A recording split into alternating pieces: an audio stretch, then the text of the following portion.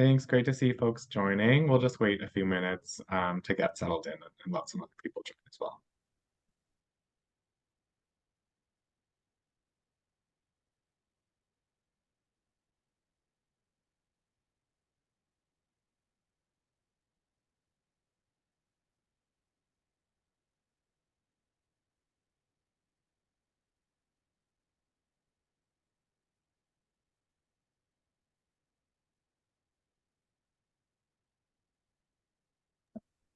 Okay, I think we can just about get started here. So welcome everyone. Thanks very much for joining and taking the time.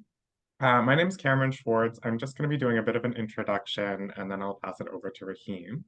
But yeah, I'm joining from the Community-Based Research Center. So we're sponsoring this event. Our organization promotes the health of diverse sexualities and genders, people of diverse sexualities and genders in Canada. So that's where we're coming from. We have a number of products now focusing on mental health. So this is part of a series of pieces that we're producing on mental health. And I'm really looking forward to getting started. So I'll just introduce Rahim. Rahim, if you don't know him, Rahim is a registered social worker and psychotherapist based in Toronto. He's a clinical supervisor, facilitator, public speaker, sessional lecturer, and organizational development consultant. He's several books under contract that examine the mental health experiences of sexual and gender minorities. His clinical practice and writing explores the intersection of oppression and mental health with innovation in queer relationships. I've had the pleasure of hearing Rahim speak a number of times and really have benefited a lot personally and in my professional life. So thanks very much, Rahim, for joining and for facilitating this event. And with that, I will pass it over to you. Thanks so much, Rahim. All right. Thank you so much, Cameron. It's great to be here. Some of you folks I recognize from, you had come to the Absent Anxiety workshop, which was a very different format where a lot of it was group work and discussion. This is going to be a bit more didactic. I will be sharing a lot of information with you. We're also recording this. Exactly how the recording will be shared is unclear at the moment, but there will be room for Q&A. So throughout this webinar, you're welcome to put things into the chat box, and Cameron will help. He'll stop me along the way, or he'll wait till the end. Either is fine to get some of your questions answered. All right. So I wanted to focus on connection seeking and mental health. I think for queer and trans guys in particular, this gets missed. And it gets missed because when we work around mental health, we know that relationships are important. We know that people come in and talk about relationships. But I don't know that we give enough time to talk about the landscape or the context in which queer and trans guys are seeking connection.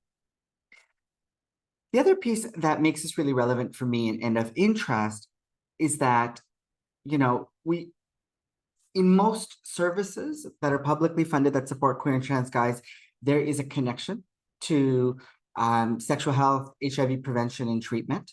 And that's very important. But sometimes, like issues, topics that are relevant to our communities don't always get talked about because the connection between those and sexual health outcomes is not as clear. And so I'm happy that CBRC has invited me to do a talk about context of relationships. But I just want to put that out there, that this is something that all of us are thinking about and talking about, but it's not always, doesn't always translate into formal support for programming and interventions. So here's what we're going to talk about today. I want to talk about cultural scripts. I'll tell you what I mean by that. When we get there, there's a theory that I have come up with that's called the trap that I want to talk a bit about. We're going to explore some of the rewards and challenges of trying to pursue multiple kinds of connections. So casual sex, long-term relationships. I want to talk a bit about dating app phenomena, the new language that people use to talk about experiences they've had, because I think that will dovetail into how we support folks. And I'll mention, some aspects of research that also talk about the impact of online dating and hookup apps. And then I'm going to end with some app emotional hygiene tips and tools that I've come up with that I think, could be adapted in whatever practice you have in various service programs. So let's begin. What do we mean when we talk about conflicting scripts? Well, a script is something that is usually written for you, right? And when we think about dominant culture, what are the scripts that dominant culture, so cisgender, heterosexual, often white culture, has told us about what relationships are? How do those dominant scripts influence how we think about success, legitimacy, acceptance? And I get curious about all the messages we've received from dominant culture around casual sex and long-term relationships. I'm also thinking here about the second layer of socialization a lot of queer men have. So they come out, and that's hard, sure. And then they come out and they're in this whole other world where sex is kind of like, it becomes a center of connection for a lot of people, especially if you chose to move to a big city to be closer to the gay community. And there's another socialization that happens where you're learning the rules, norms of a subculture. So what does that subculture tell you about casual sex and long-term relationships? So if we think about it for a moment, what I'm going to present is some ideas on what messages we receive. And then I want us to think about how do the conflicts of these messages create distress or anxiety or just new questions, right? For people we work with, or maybe even ourselves if we're queer and trans folks. So here's a snapshot of some of the things I'm thinking about. If you look at the left column, it talks about dominant culture. So dominant culture, as I see it, is like the culture we grow up in our families of origin. It could also be extended to our communities, our religious affiliations, cultures of origin, etc. And when I think about the North American context, casual sex is often seen as the thing that happens before you meet the right person, or it happens between serious relationships, right? People will say, oh, I broke up, I'm going to go have some fun, and then I get back to business. And so that form of connection seeking is dismissed as something that happens between moments of seriousness. For most people who have had any kind of sex education, it would be limited to reproduction and consequences. So if you have sex, here's what could happen: HIV, syphilis, chlamydia, gonorrhea, unplanned or planned pregnancy. And so not all of those are consequences. They could also just be, neutral outcomes. But certainly pleasure and validation and legitimate connection seeking is not part of the framework of sex ed.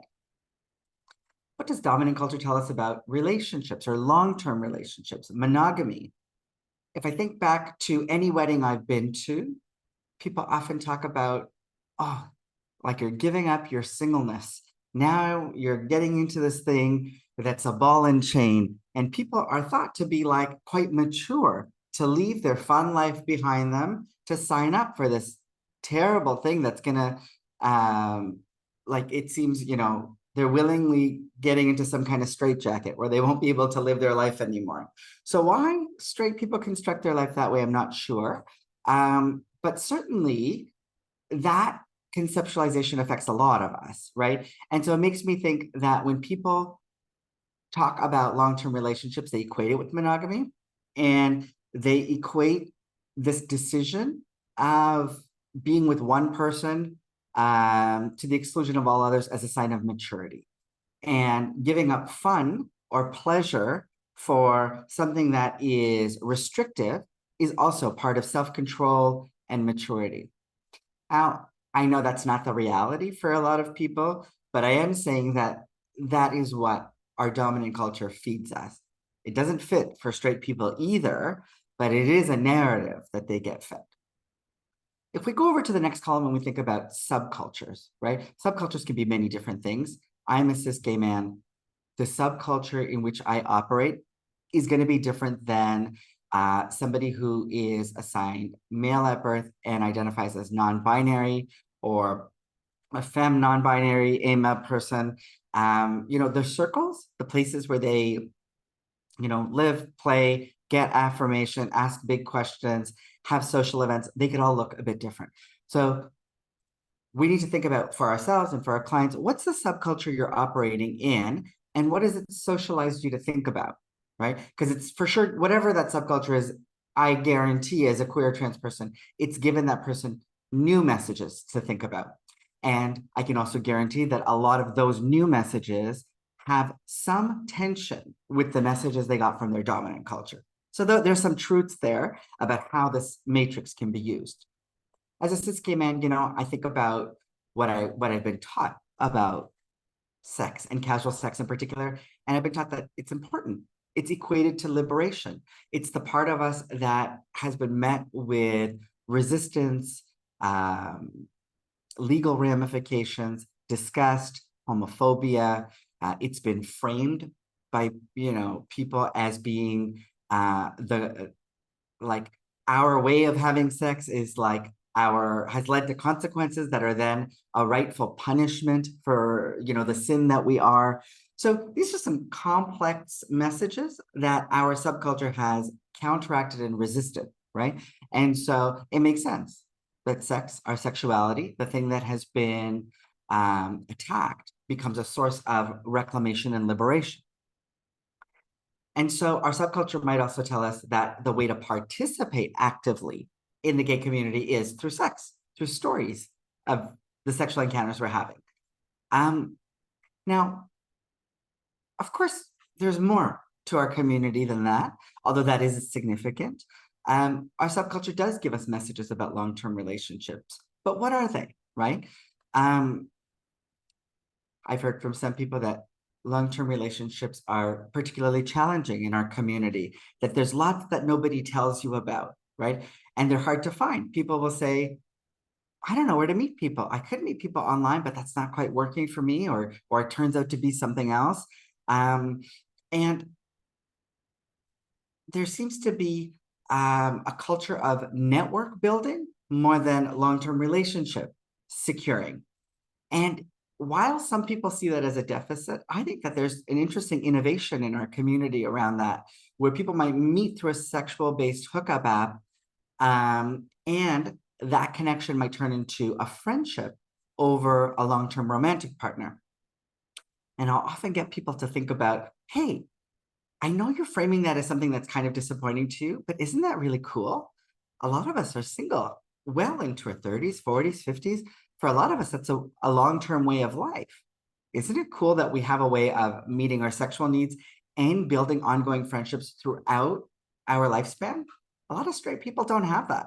So I'm interested in reframing how our communities operate, but surely that comes with mixed messages in our subculture, right? And for people who want to get married, have kids, people who are monogamous in terms of their relationship orientation, sometimes they experience a lot of stigma, or there's a resistance within the community where people will say, oh, that's really normative, like you're basically just trying to be a straight person.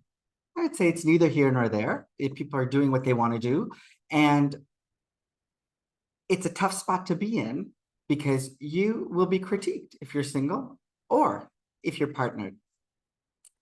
And this brings me to my next point, which is about the consequence or the impact of navigating the scripts, right? So I think it's nearly impossible to pursue casual sex or longer-term relationships. Not that those are mutually exclusive, but you can't pursue those without some personal or external criticism. And that gives rise to a kind of inner conflict that we as service providers, therapists, healthcare professionals, outreach workers, I think it's a thing we need to attend to. So what are the messages you've received? What is it you think you want? And how does it make you feel when you try to pursue those things? Do you find yourself trying to pursue things that are in conflict with one another? And what happens if you try to pursue one thing and difficult feelings come up? So this is a thing this is called the trap, and it is not, it's not an evidence-based theory. It's a theory that I've come up with that I want to share with you. My thinking behind this is that we come to learn that casual sex is a source of liberation, fun, and pleasure. It also has unique rewards for our masculinity. However, no one's given tools, gay or straight, about how to deal with complex feelings that come up from navigating casual encounters. And so the difficult feelings could be anxiety, stress, shame, etc. And when those feelings come up, instead of working through them, we might defer to another script or another model. We might say, you know what? I think what I'm going to do is just focus on finding one partner and locking that down. When we're in a long-term relationship or pursuing it, difficult things come up. And unlike our straight counterparts, a lot of us don't move away from the city or far away from our gay counterparts. So there's like, a thriving, active gay culture that's kind of taunting us, that's saying, you could be free. You could come back to this other scene that we have. It's very, it's very fulfilling. And so when we don't have the skills or the support we need to work through challenges in our everyday relationships, at any stage of a romantic relationship, we might defer to just seeking casual encounters. We might say, I need to move to something that lets me have autonomy and freedom. If I were to map this out, I would say that this leads to a kind of trap. But before I talk about the trap, I also want to point out that the mental health issues that a lot of queer guys present with in therapy, I often think of as adaptations to the complexity of navigating relationships or navigating these imposed scripts, right? So if somebody says, I'm dealing with depression, that is true, I'm sure. One of my conceptualizations is, I wonder how the symptoms of low mood, withdrawal, slowing down, or numbing might be adaptive responses to your context of relationship seeking. Is it a result of the places or the people you meet or the places you seek, and how they make you feel about yourself in the process of connection seeking? And so I think a number of things come up when we seek casual sex or seek long-term relationships, right? It demands us to work through, sexual expectations, body image concerns, issues around masculinity, guilt and shame, anxiety around illness or specifically STIs and HIV. If you're having a lot of casual sex, those connections and those relationships, even if they're ongoing, often aren't recognized. If you're meeting people in a bar or, you're engaging in sexualized substance use, then you've paired substances with encounters. And if you're doing more of that than the average person, you may find yourself being more vulnerable to substance use concerns. I also think about like the impact of managing rejection, right? So there's a number of things that come up, whether you are pursuing casual encounters or long-term relationships. Often we're pursuing all of these things or both of these things simultaneously because they have unique rewards, but they also have unique challenges. When we're confronted with the challenges, we don't always have the tools to work through what comes up. And so we might bounce between scripts or temporarily defer to something else. How many times have you worked with somebody who might have said, I'm deleting all my dating apps, I'm deleting Grindr? Okay, that could be good. That could be a kind of app hygiene that you've imposed on yourself. It could also be a kind of judgment that gets imposed as a result of guilt and shame, or being fatigued by rejection, or feeling like you don't meet other people's sexual or physical expectations. So you've kind of deferred to another script. How do we use this information I've just presented with service users? So I've broadened it. I know I work as a therapist, but a lot of us work with queer and trans guys in the context of healthcare, HIV, STI testing, outreach, community programs. So I brought in these questions, and you can think about how they might be used, incorporated, or adapted for your context setting. There's a lot of messages about sexual health and prevention in terms of STIs or STBBIs. What are your perspectives on potentially acquiring a sexually transmitted or bloodborne infection? How is it made, or how might it make you feel? We spend so much time talking about not getting the thing, we forget to just attend to the message we're sending about what it means if you acquire something. So I think we need to pause and just ask, what does that mean? Because it's a thing that comes up.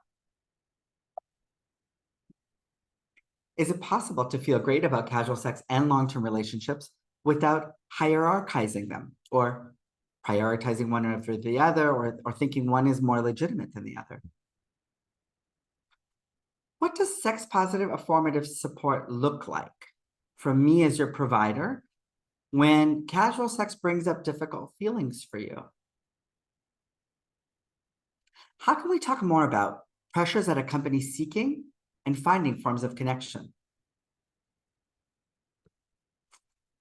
And can we, or would you be able to articulate new relationship models that actually speak to your complexity, or if we're in the same community, our complexity? What am I asking here? Because that might be a good question that you adapt, but it might be that I'm noticing, you've been seeking things in your context, wherever it is. And what has it taught you about yourself, about what you really want and what you like? A lot of us are chasing things that haven't actually been that rewarding. The number of times I've thought I wanted to sleep with a tall man with a six-pack was like, I've done it. It's not that rewarding. And it would be great if I could learn that, it's great that he exists, but I could have a great life even if I don't have sex with him. But someone needs to slow me down to help me understand that and appreciate that, right? I need to process that with somebody. Kristen Taramino, many people may know her, a renowned sex educator. In her book, Opening Up, she talks about creating authentic relationships. And whether people are open, polyamorous, monogamous, or single and dating, looking for something long-term, I like some of the questions she presents, right? She makes us think about, like, what it is exactly you're looking for. So what do you want in a person? We need to stop asking people that and then being okay with the answer. Somebody who makes me laugh, somebody who's open-minded, and somebody who gets me. Like, sure. But in our world, that doesn't mean very much, right? I think people need to talk a bit more deeply about what is intimacy to you. If you were to put a label on a relationship, what does that mean in terms of expectations for intimacy, frequency of how much you would see each other? What do you want your dynamic to be? And if you're a single person now, in what areas of your life do you think like having a relationship or another person is going to influence the way you do that part of your life? So do you anticipate you'll have somebody to text throughout the day? Do you think you're going to have travel companions? What would be more challenging and what would be easier or better? And are you looking for the one, or do you imagine you'll have many significant relationships in your life? How long does something have to last for it to feel significant for you?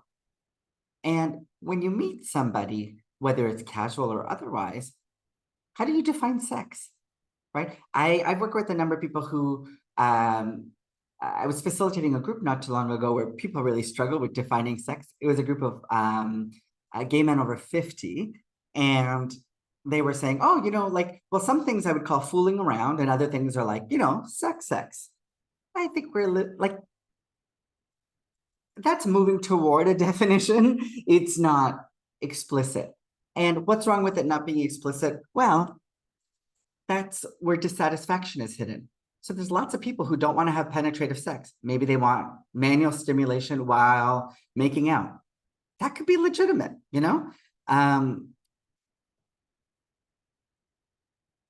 Pleasure, exchange of pleasure in a sexual context could happen in person over some technological medium. It could involve talk, touch, toys, the presence of additional people. It could be so many things that I think this needs to be an important conversation, because it's like, how do you identify, the questions need to be, what is sex to you? And how do you communicate that with people? And how do you feel about other people's definition of sex? Is it imposing? Does it get in the way of your satisfaction? Does it make you feel bad or not so great about what you have to offer?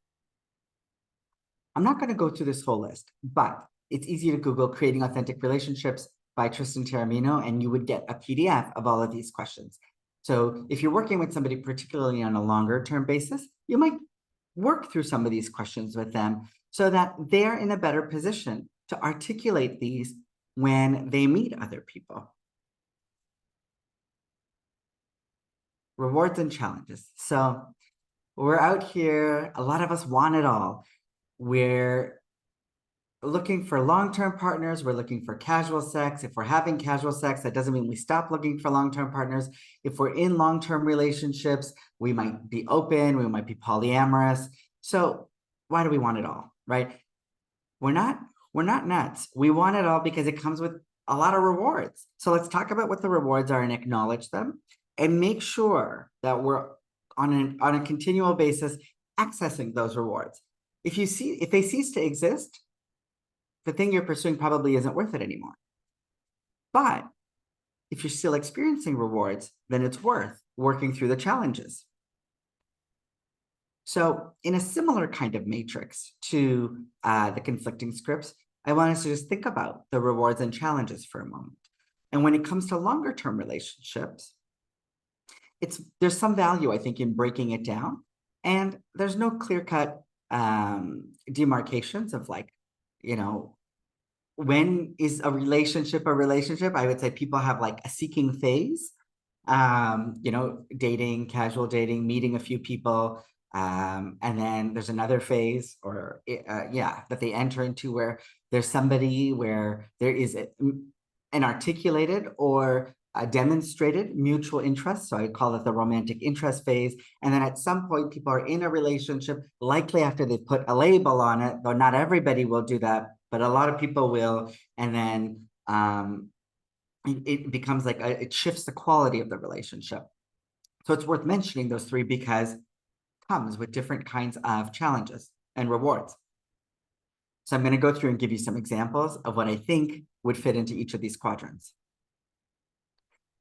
The rewards of casual encounters, whether it is online through a hookup app, at a park, in a public place, at a gym, in a sauna steam room, at a bathhouse, at the back of a club, in a dark room. Queer guys, in cis gay men's culture, there's no shortage of these kinds of spaces. And so to be able to participate in them comes with psychosocial rewards, unsurprisingly. And so I think it would have huge impact on self-esteem and validation, right? You get to feel desired and desirable. It feels good for your sense of self. I would argue that casual encounters are also meaningful forms of connection for a lot of people. Some more than others. They're not all going to be, you know, core shaking and like impactful. Some of them will be short, terrible, easy to forget, but others will be useful, and they'll be magical, and they'll be impactful. They'll also be perfunctory, and they'll have a utility, right? So, you know, somebody could be traveling and feeling isolated, and it's a way to connect with your community by going to a bathhouse in another city. We also have an evolving sexuality. And for a lot of people, they can access that evolving sexuality through casual encounters. It's sometimes easier to access your evolving sexuality because you get to embody a sexual headspace that is easier to get to in a casual encounter than with somebody you've been with for a long time. Esther Perel talks a lot about this in her book, Mating in Captivity. And she talks about how people in long-term relationships, mostly monogamous people, can access eros, their erotic imagination. But to that end, right? It lets us know that if we've got an erotic imagination and it can't always be expressed, or it comes with barriers to being expressed in the context of a long-term relationship, it then follows that casual encounters are a nice platform or arena for that to get expressed. There's also pleasure, right? We're deserving. Each person, each body is deserving of pleasure. When we receive pleasure, we feel good about ourselves. We feel validated. We feel like a whole person. I'm not just somebody that works and brings home a paycheck. I'm not just somebody who plays tennis. I mean, I don't play tennis. I'm hypothetically, I'm sure somebody that's gay does. But it brings an awareness to another part of your layer of self that's deserving of attention. In a culture, a subculture where sex is central, being able to have it and do it makes you feel like, you know, you're experiencing some kind of achievement. There's a success in being able to do that. And you start to see yourself as more of an active participant in a community. You go out with your friends and you're at brunch and you say hi to this person and that person, and the people at your table say, oh, how do you know him? And you're like, oh, well, I hooked up with him, or I hooked up with this person and that's this person's friend, or I saw him online and then we realized, oh, we have this mutual friend in common, and then we just started talking. It is not the only way to be an active participant in the community. It is a significant way that I think we can't discount. Casual sex and people's, you know, adventures, conquests, they also lead to envy and reverence from friends, which is nice. You know, often people like being the object of envy in short doses, of course. For some folks, casual sex happens in the context of exchanging money for sex. It could be a massage. It could be hiring somebody online. It could be through an online portal like OnlyFans, Chatterbait, Rent Boys, whatever it is. And there could be some enjoyment that comes from that exchange and power. So these rewards are important for us to keep in mind, because we want people to really think about what it is they're looking to experience. What do you want to feel like when you pursue these things? And is that happening for you? Let's make sure those things are happening for you. Because if you're not experiencing the rewards, the next 3 slides of challenges they're going to feel like quite burdensome. So in the context of casual sex, you know, we have to figure out, or we have to support people and have conversations about the challenges. There's norms of cruising spaces. Not everybody's talking all of the time. If you're online, people will ask you questions like, what are you looking for? How do you answer that? Are you prepared to answer that? Do you know what you want? Is there clarity? For a lot of gay men, there are expectations for sexual roles. Like, are you going to be insertive or receptive? And it's not just expectations, sometimes people will understand themselves and their identity as linked to their sexual role. And so when that fits for people, that's really great. It's easy. It's like an easy thing to navigate. When it doesn't fit for people, it's challenging. On an online platform, you're going to be experiencing rejection. Where does that sit in your body? How do you deal with it? If you're on any online platform, you will experience people talking about their preferences. And not everyone will talk about what they're into. Lots of people will talk about what they're not into. And sometimes what they're not into maps out onto racial exclusion and fat phobia, or a seeking of particular body types. And so the impact of that is exclusion based on race and increased body consciousness and body dysmorphia.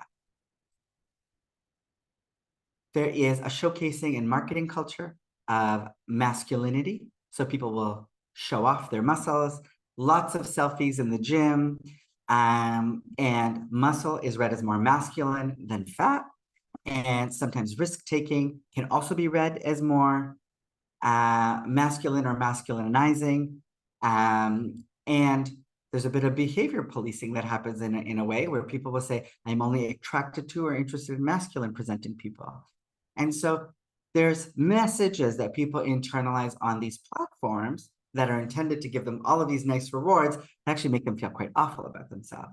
And so we become more vulnerable to developing a problem relationship with substances, whether drugs or alcohol or something else, in order to cope with this context or to be able to participate. For a lot of folks, sex doesn't immediately become liberating. You experience shame and guilt. So shame is like, I'm not feeling like I'm a good person, or I am, inferior or disgusting or bad because of the kind of sex I like or where I'm looking for sex. Lots of people will say, oh, I'm so anxious. And I think I have this STI and that STI. And you think, okay, you do a risk assessment and a kind of negligible risk, you don't really necessarily need to get tested this moment, but if you're going to do more of what you're doing, it might just make sense for you to get tested every 3 to 6 months or when you have symptoms, whatever comes first. But the anxiety is there, right? And testing doesn't treat anxiety. And anxiety in this context is connected to shame. So what are you worried about in terms of where you had sex? And what do you think it says about you? And what are you worried about that context? So people will say, oh, I had sex with a sex worker, or I had sex at a bathhouse, or somebody whose name I don't know. I don't think knowing somebody's name is a risk factor in whether you contract something. Truly is not. It's just not part of the algorithm. It is the kind of sex you had. Was there a barrier? Was there not? Was it anal without a condom? Was it oral without a condom? Like those kinds of things factor into risk. Another challenge that comes up, particularly for older guys in the community, is when they don't necessarily want to pay for sex, but there's expectations, and people use the language of generosity, expectations that things will be paid for, or that they'll receive something in return. So I'll hook up with this older guy and, he'll pay for dinner, or he'll pay me for my services, or he'll pay for the drugs we might be using as we're connecting. So older guys often get left out, and we need to really think about what are the unique challenges that they experience, because they're experiencing lots of ageism in a culture that's quite obsessed with youthfulness. And so if they want to participate, there's another terrain that they have to navigate.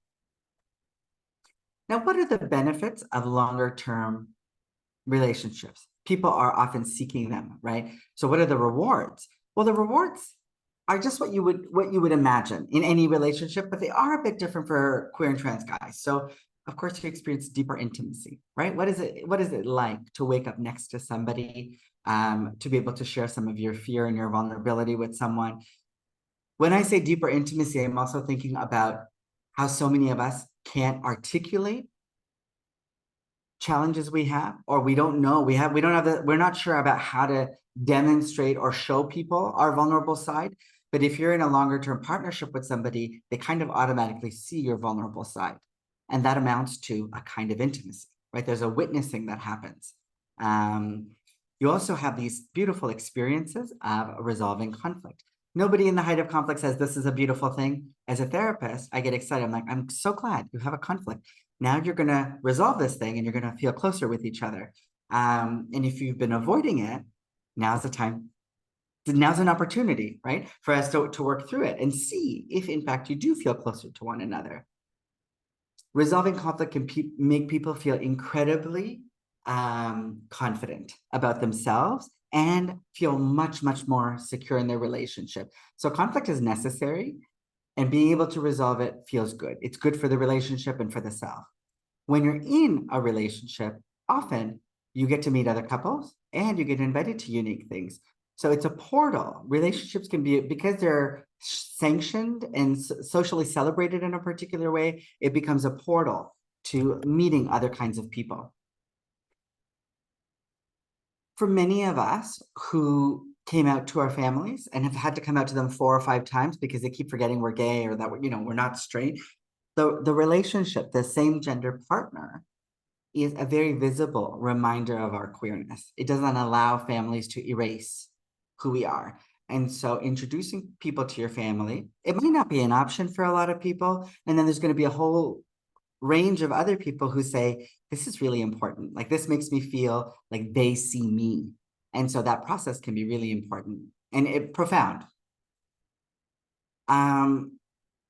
For queer guys who have internalized homophobia and internalized ideas of being deficient, not man enough, not worthy of love and connection, the longer-term partnership is a unique structure in which we get to work through our internalized ideas of deficiency. and we can rework some of the core beliefs that, I might be unworthy or I'm unlovable. This gives us an opportunity to shift schemas that we've been holding on to for a long time. Now, the challenges that come with pursuing long-term relationships are threefold. So I've separated them into seeking, romantic interest, and in a relationship, which I defined earlier. When it comes to looking or seeking, as I mentioned, people find it that they're limited spaces where they can meet. And when they can meet people, a lot of those spaces are soaked in alcohol, and that's challenging. I think about like if I go to a bar and I'm not drinking, I can meet some great people. But if they've been drinking a lot, they're not going to remember me the next day, or they're going to be hesitant to text me. And so alcohol and drug use creates a unique compartmentalization of time that doesn't allow for continuity in dating. It can be okay for hookups that are contained, but for pursuing something beyond that closed space can be challenging. People have lots of value judgments, and unfortunately, they bring them to the table too quickly. I'm only monogamous. I'm only open. I'm only non-monogamous. I'm only poly. I'm only this, or I don't think I could be with this kind of person. And I would say, we need to chill out a bit. It's good to know what your relationship orientation is, meaning what you gravitate toward. We also have to reflect on what relationship models have you had experience with, and what could you be open to? It's good to know what you want and what you think you would be, but leading with that can sometimes shut down possibilities of getting to know other people. Lots of queer folks, and queer guys in particular, have difficulty with this next phase where a mutual interest has been identified by both people, but they're not sure about, there's a disagreement about putting a label on the relationship. Are we boyfriends? Are we partners? And the challenge is that people are not sure, or there's a discrepancy around what it could mean to have a label. Does it mean that we see each other more frequently? Does it mean that if we put a label on this, then we're exclusive, and then we have to have another conversation about being not exclusive? Does it mean I have to tell you that like I struggle with substances, or I only know, like I only have sex while I'm drunk or high? It presents really intense pressures to communicate in new ways early in a relationship. So people avoid it. But when they avoid it, that tends to benefit the person who doesn't like labels versus the person who does. So if they move into another stage of longevity, that resentment will follow them into the longer term stage. So being in the long-term relationship, one of the challenges that comes up is mourning of a single life. Gay culture is very much built in a way to support single gay men. And so every drag bar anthem will be about supporting yourself, being self-reliant, not needing a man, all of this kind of stuff, which is really fun, but it's in contrast to your new reality of being in love. And if that being in love also comes with a kind of domesticity or restriction on your schedule, not because, your partner's terrible and emotionally abusive, but just because there's like limited hours in the day, and, once you finish all the things you need to do, there isn't as much time to invest in the things you once did. There's a grief that shows up, right? And a lot of queer and trans guys who operate in cis gay men's culture will be used to going to certain kinds of parties and bars, etc. And that's going to also be not just the place they go, it's part of who they are. It's an identity. It's part of their identity. It's how they understand themselves. And so that mourning is legitimate. And if people in longer term relationships are open, which a large number of queer guys are, they might not know how to talk about it. They might not know how to evaluate whether it's going well or not. They might not know how to come up with explicit rules about what feels okay and what doesn't. And there might be a tendency to frame openness as a failure, right? So they might say, oh, we have to open up, but that means that one of us isn't good enough. So what are some possibilities you can explore with your clients and service users? You might ask, depending on your context, what does it mean to you or say about you when you're able to negotiate a casual encounter and it actually turns out the way you hoped? This taps into that narrative about success and achievement. Having a partner often means companionship and witnessing. Somebody sees the inside of your world. What are you longing for someone to witness in your life? For folks in relationships, tell me about the conversations and dynamics that are new, unexpected, confusing, or hard that you never anticipated. For single folks, I would say in a streaming world of potentially nonstop access to rom-coms, I'm thinking about Netflix and how I spend my evenings, don't judge me. Do you get a chance to reflect on remaining single as a success? It relies on resisting lots of external pressure, being self-reliant, and carving out your own path. Sure, some people might call it an avoidant attachment, but it takes courage to be who you are and to continue to be who you are when people around you are telling you to be another way. Let's switch to the phenomena of online dating. So if we're going to work with people, whether they're queer or not, we need to know some of the language of what people are experiencing out there. And we're not made of stone. As service providers, we're on those apps too. I hope we are. I imagine we have been at some point, right? So your clients or you may already have some of this language. You might not have the language, and having it can be helpful. I often find, putting a label to an experience can be incredibly helpful. A label to an identity, similarly helpful, but can be a bit trickier in terms of utility. Not everyone finds it helpful. Other people get frustrated with it. A phenomenon, most people be like, it's nice to have a label for that thing that happens. So breadcrumbing, that's when someone gives you just enough attention to get your hopes up, but not enough to make a real connection happen. They might text you every couple of weeks, or they like your posts on Instagram when you've kind of like forgotten about them. You're like, this isn't going to come through or follow through in any way, but they kind of pop up.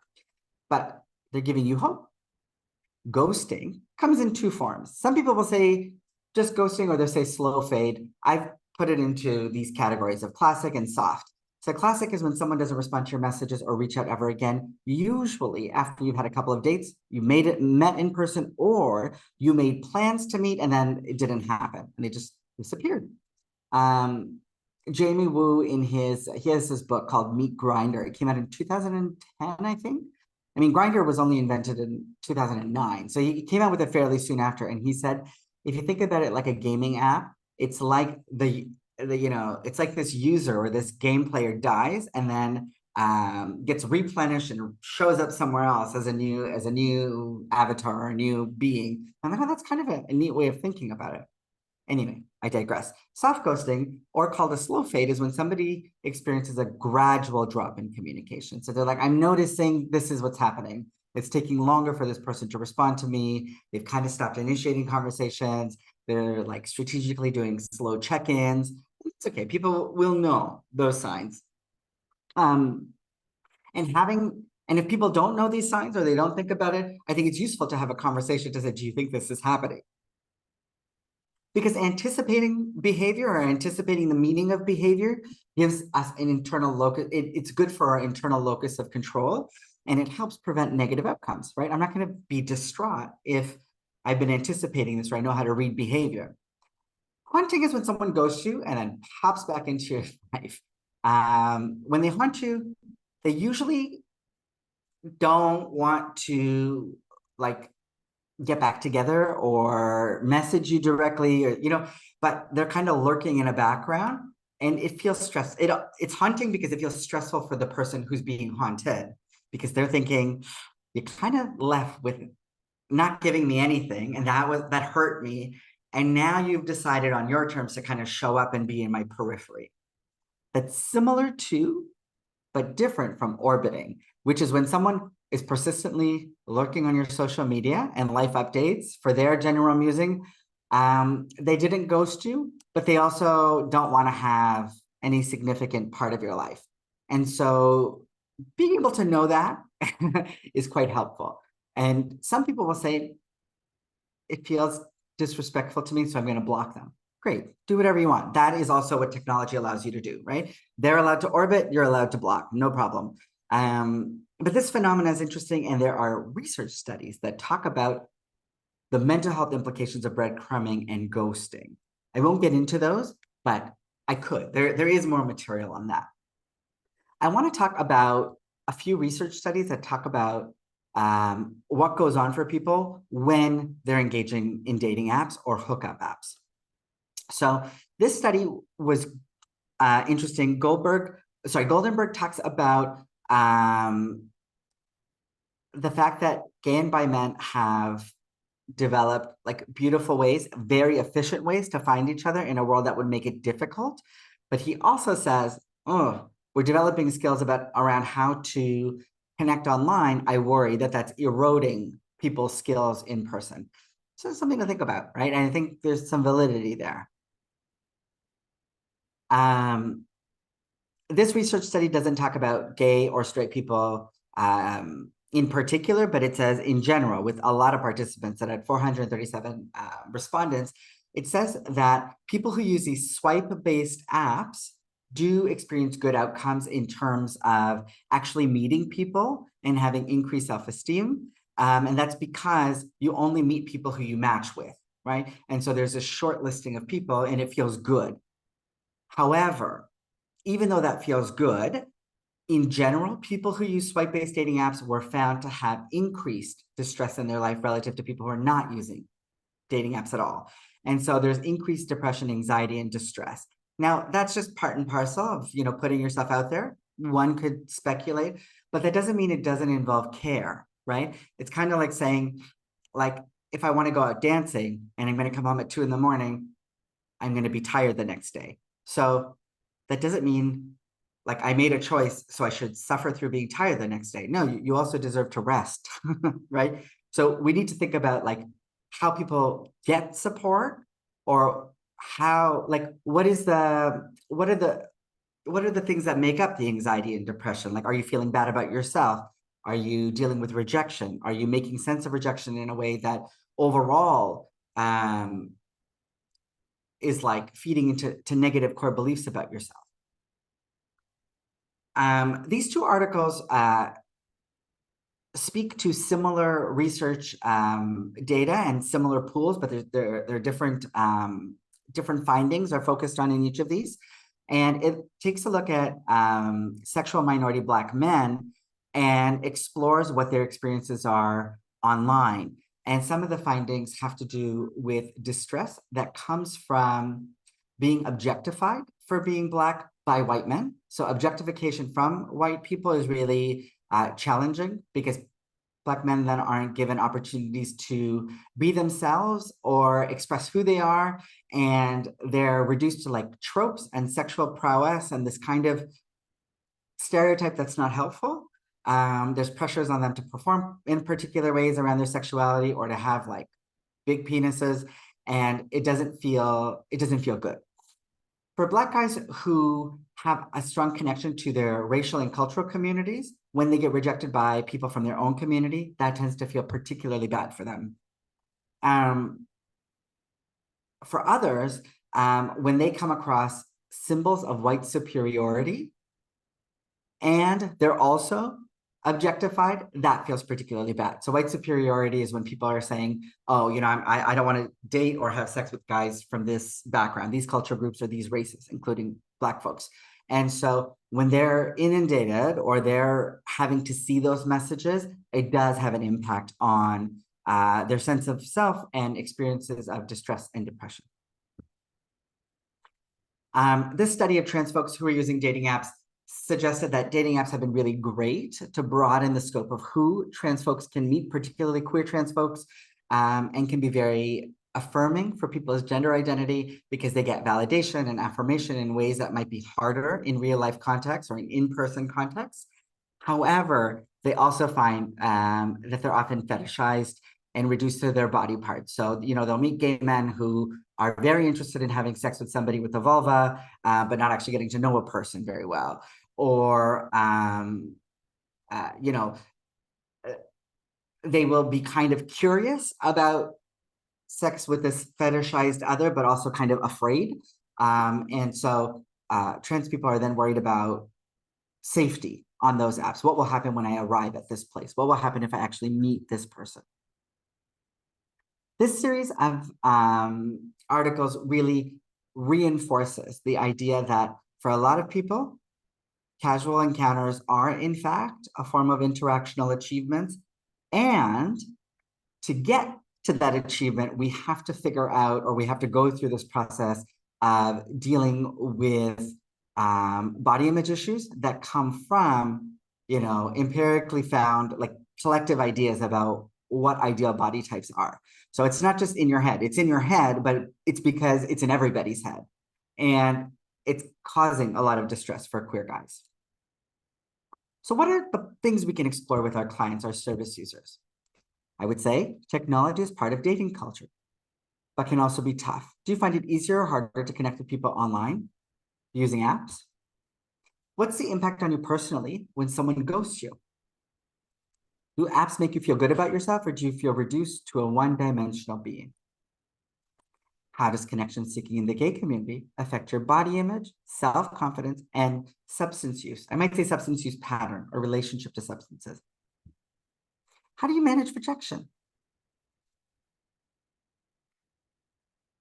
Let's talk about managing rejection. So this is a kind of psychoeducation we could do with people we work with, or it could also be relevant for ourselves.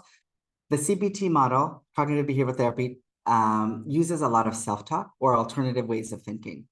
Now, I don't want us to be unrealistic in our self-talk, but there are some things that can be helpful. So I might say, people turn down an offer or request for many reasons that are not about me personally. The person who rejected me, they don't know much about me. So the rejection was actually based on very little. I might say to myself, if I'm not right for that person, they're not right for me either. If instead of thinking I got rejected, I might say, that person they merely rejected the offer I proposed, right?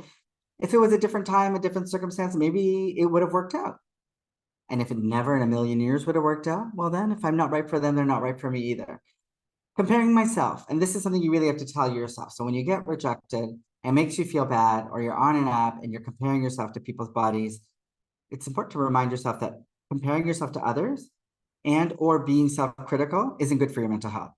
And it also isn't going to serve a function because it won't prevent rejection in the future.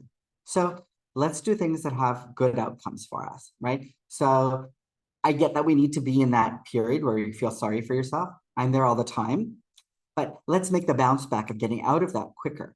And if you feel things deeply, as a lot of our friends and family do, especially if you have an experience of complex trauma in your life, you will feel things deeply. Rejection is not easy. You might need more breaks. You might need to manage and mitigate the ways you participate in this culture. I'm going to go through a few slides of what I call app emotional hygiene. And you might add to this list. You can adapt it, use parts that feel helpful for you. But this is something I've come up with over some time while doing relationship-based workshops with queer guys, and also being in conversation with queer guys, even in my friends circle. So one, I want us to think about the casino effect, okay? When you're in this headspace on the app, for people who feel like they're quote unquote addicted or getting pulled in, they might be in a casino headspace. It's perpetually 2 p.m. or 2 a.m., who knows, time freezes, and you keep thinking, if I just keep working on this, I'll find the right match. So let's think about realistic measures of success, right? Meeting your future husband, sure, that could be a form of success, but more realistically, if you met somebody and you went for coffee, that's a success. If you texted somebody at 3 a.m. and you had like a sloppy night hookup, no need to be anxious about it. That is a success. For the time of day that you sought connection, you got it. And so you did good, right? And you need to think about it that way. How great is this thing? I made use of this, right? Think about it as a success. We need to acknowledge that everybody using an app is coming in with a different mindset. Some people see it as wasting time or killing time between things. Some people are on apps because they're bored. Other people are, they're in relationships and they've got serious goals about making use of their openness. Other people are looking for long-term partners. Others are looking for very specific kinds of casual sex. But all in all, many people think about it as a different kind of game. So if it's a game, then we're all players. So, you know, don't hate the player. Also, don't hate the game, right? But recognize that if you're in a headspace of thinking this is serious business, there'll be times when you feel sad because not everybody's in that mindset, and we just have to practice acceptance that not everybody is in a shared mindset. Think about the text and subtext of your profile. I often tell people, like, misrepresentation is big. Is it working for you? You presented yourself as looking this way, or lots of people present themselves as more masculine than they are in real life. No judgment. Is it working for you? Right? Or do you posture and then you feel anxious about meeting up with somebody because you're going to be found out? And some people will write very political things in their profile, and I think it intimidates other people, and that's not their intention. Other people will write raunchy sexual things in their profile, and they're like, oh, why won't someone hold me at night? Babes, let's think about the connection between what you're writing and what you're getting. Let's really think about that. You can't go to a horror film and be like, it wasn't funny enough. Like, these things have to match. And then as we think about our evolving sexuality, let's also think about, let's get personal clarity about what we want or what we could be interested in, particularly over time. It's not going to be a static thing, right? So some people will say, in my experience in past long-term relationships, I've had difficulty expressing this. I've had trouble initiating sex in this context. Great, that could be a great thing to try in a casual context. Somebody might say, I've had casual encounters, but I'm trying to figure out how to meet somebody a second time or how to convert that into a friendship. Great. What do you need to do? How do you chat with people? Or somebody will say, I'm really disappointed because I always get relegated to this position or this role. Okay, it sounds like that doesn't serve you anymore. There's a deal breaker showing up here. You're thinking about refining what you look for so that you can optimize the reward and minimize the challenge. I love that. You should do that. I would say scroll less and slow down your quick evaluation. In your mind, think about each message you send. Imagine you had to pay $1 for each message you send. And imagine you could only see the first 10 or 15 people on your grid. Who are you going to spend a bit more time getting to know? When there's a smaller pool, you're less overwhelmed. It's less game-like. We get into this headspace of our top choices or people who we think are the cream of the crop based on very, very, very little, based on nothing really, except some superficial indicators. And we start to think about what it would mean if that very, very attractive person was interested in me. That's a different game. You're not looking for connection, you're looking for temporary validation. So temporary that it'll fade before you actually meet somebody. So focusing on people in a smaller pool could actually be better for you because you're thinking, why, maybe I could meet this person for coffee. Let's see who they are outside of the one-dimensional platform. For each of us individually, for our clients, we need to think about what our sources of stress, anxiety, and low mood are. What triggers you? And in those moments, maybe don't go on the apps. Or when something that does happen, you might have to evaluate, like, what's bringing me joy? Is being on this app, is pursuing connection still bringing me joy? If not, let's not do it, or let's do less of it. Let's take a break. So periodic evaluation is good. And the question is it still bringing me joy? I think it's important to have a containment plan to avoid, or to be aware of that slot machine effect, right? When is it good for you to turn off the apps? When you're with friends, like sometimes people will go on apps. I try to figure out what's your pattern on the app. And people will say, oh, I go on before bed or at night. And I'm like, you're not really going to meet somebody then, but do you have good conversation then? And sometimes they say yes. I'm like, okay, so it sounds like an optimal time. Other people will say, no, I kind of do that. And, I masturbate and then I go to bed. I'm like, aha. So there's a drive that is activated, and then you don't meet the need of connection. You satisfy that need or curtail it by doing something else. And then the release of that experience shifts your investment in the person you were talking to. That might not be good. So we need to think about, like, challenging ourselves sometimes by breaking out of a pattern we have that's not working for us, maybe steering chats in a different direction, or trying to meet somebody sooner, right? Instead of endless chats, why don't you say, I'd love to meet you for coffee, right? Coffee is like such an acceptable drug in our culture. We are going to drink it anyway. We may as well do it with somebody else across from us. As we seek connection, it's important in different contexts to revisit what our underlying emotional needs are. There's moments where I might seek connection where I'm just trying to combat isolation versus other times when I'm seeking excitement. If I'm seeking excitement and my need isn't met, I'm going to probably manage that fairly well. I'll just make myself a plate of nachos. I love that. The good feelings will continue and I'll watch TV. If I'm trying to combat isolation, you can still seek connection for that, but you might say to yourself, my underlying need here is about isolation. If the hookup or the date or whatever doesn't work, I might need a backup plan. Like nachos might not be it, you know? I might need to just like go spend time with a friend. So think about what the underlying emotional need is. I talk to people about this even around substances. Oh, I did a bump of cocaine. Great. What was your need between the first bump and the second bump? The first one, energizing. I wanted to connect to people. The second one, oh, I wanted to like feel more like the first one and I wanted to feel good things again. Ah, you wanted joy? Did you want reassurance? Were you starting to feel self-conscious? So needs change very quickly. When connections do work out, it's important to reflect on what made made those positive connections actually positive. And let's try to recreate those and reflect on our own judgments and hangups, right? Lots of people will rule other people out. And sometimes it's for legitimate things, and other times it's like prejudice, bias, racism, serophobia/AIDS phobia. Let's rethink some of those things because they're barriers, right? They don't make other people feel good. And if it's not helping you meet your connection needs, those barriers aren't working for you either, potentially.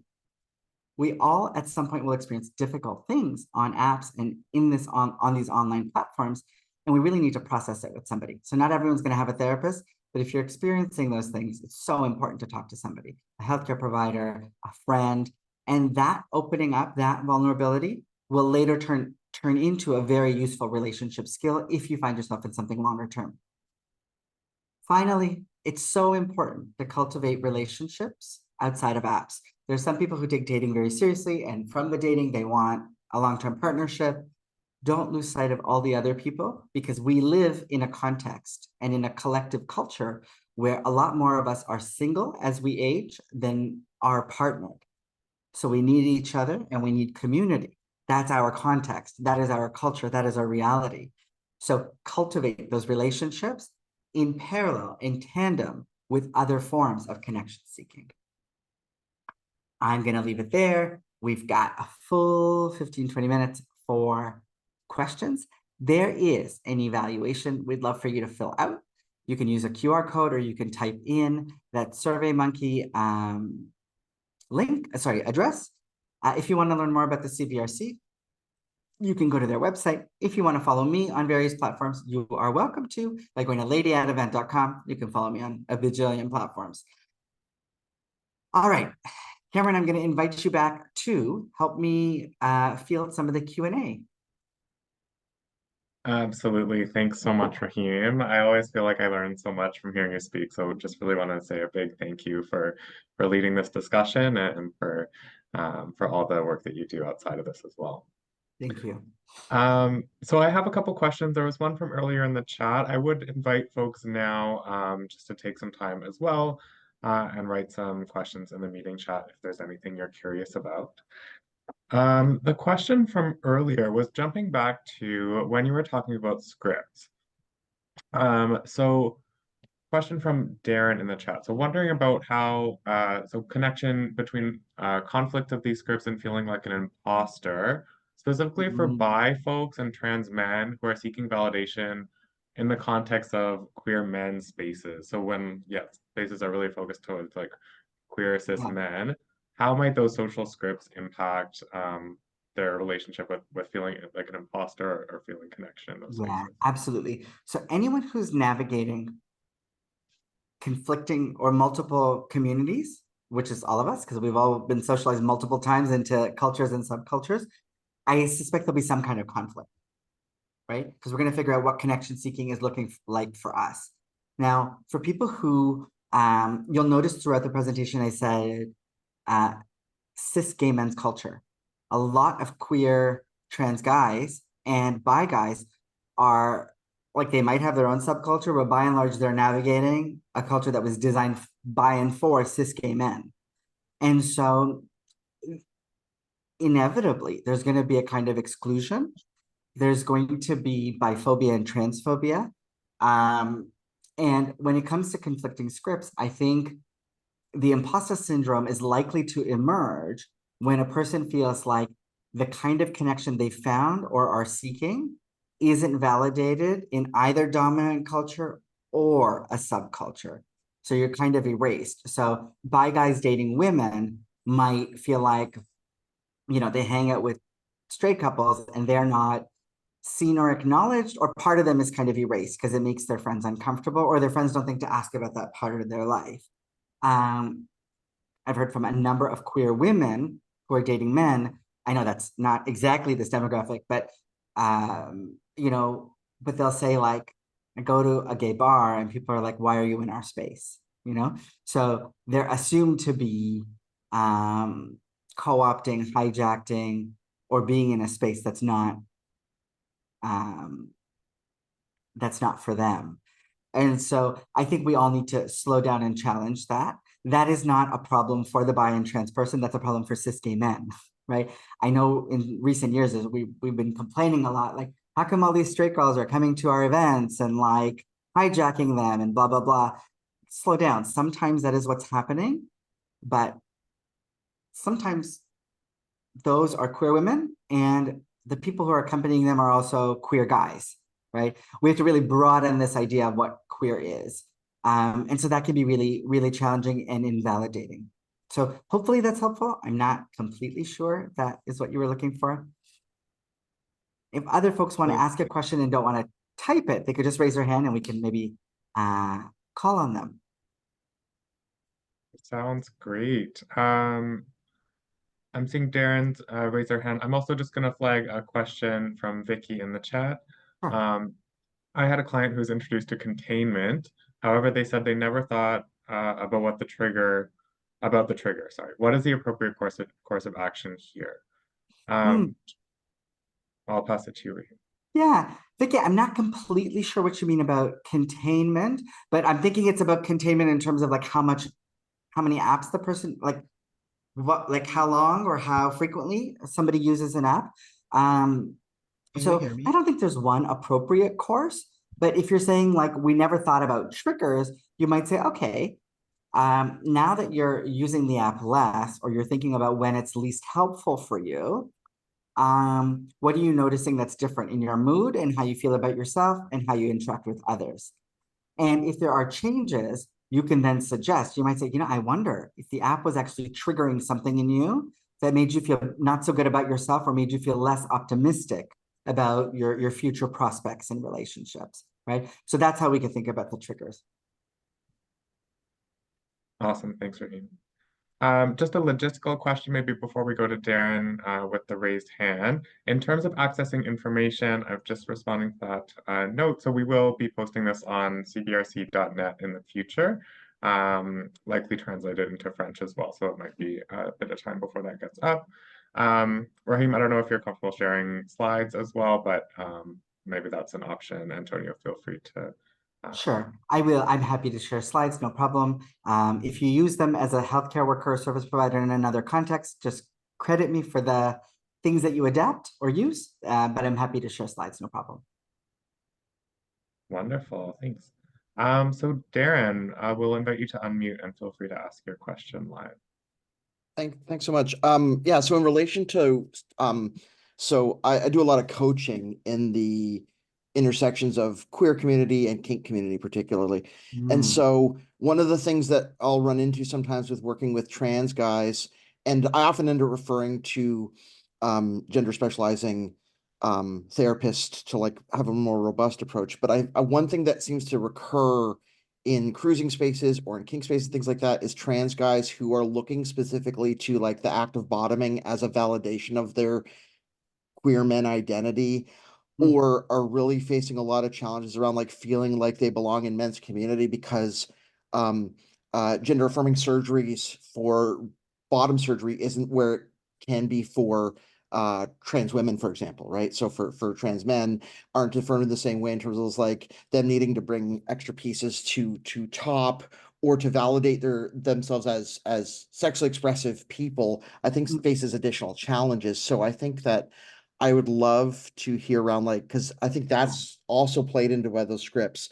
And Absolutely. so like, what does it look like to like at least affirm and then like refer to appropriate resources where I can, because some of that stuff's out of my depth. But in terms of just like affirming their place in queer community and their belonging in men's community to the degree that I can, because they're looking to me as somebody involved in those communities to affirm their place in that. What does it Yes. look like to affirm those folks when they're not getting laid those particular ways that they feel would be affirming, or to even just like dissuade them of that idea that that's the gold star for being a gay man, Yeah. so to speak. So it's twofold. One is more structural and the other is interpersonal. So from a structural perspective, I would say, let's look at the spaces you're accessing. What are their, who do they say this space is for? And what are their in what way do their policies commit to inclusion? So if the space is for men, you're a man, you're allowed to be there. What do their policies say about upholding inclusion? And what education are they doing on your behalf? Maybe nothing, maybe they need help. So that's kind of structural. Not everybody wants to go that route and like inadvertently become a community organizer advocate. Some people do. So I would say like, what are those things in place? Let's talk about that because that's going to be where we draw some of our affirmation from. The next step is interpersonal. How do you want to show up in that space, right? How do you want to be seen? How do you want to disclose that you're trans? Have you considered that? What would be an ideal response? What would be a less ideal response for how people would react when you disclose that? Would they know, depending on the kind of space?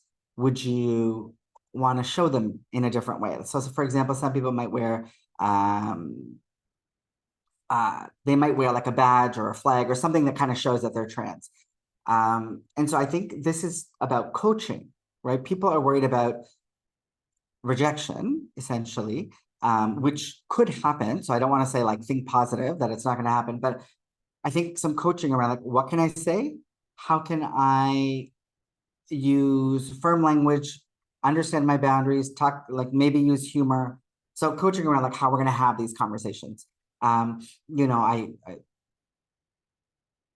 like I once had a threesome with, well, I've done that a few times, but with a trans guy and a cis guy, and the cis guy didn't, the cis guy didn't know that this person was trans. And so, the trans guy said, I noticed you're putting your hand close to my crotch. I don't think you're going to find what you're looking for. And the guy was like, what? He's like, oh yeah, I'm trans. He's like, oh, okay. He's like, can I do something else that would feel good? And he's like, yes, you can do this. And then three of us just moved on. It was great. So sometimes people need coaching, or they just need to think about what that could look like. I would never guarantee that it'll always be positive. People are bad in the world. People can be awful, but I think we can coach for success. Wonderful, thanks. There's another question here from Adam in the chat. I really like the rewards versus challenges framing when discussing behaviors found in casual sex. When working with a client that has anxiety around entering spaces like bathhouses, cruising spots, etc., for the first time, is the reward versus challenge a discussion you'd have with them? Absolutely. So I might say, thanks for that, Adam. I might say, I see that you're anxious, but you're also quite excited. So what are you hoping to find? What would a nice time be for you? How do you know that, if it's a good time or not? What are you curious about seeing? How will you know in your body if you're having a good time? Do you have a sense of what you might engage in with other people?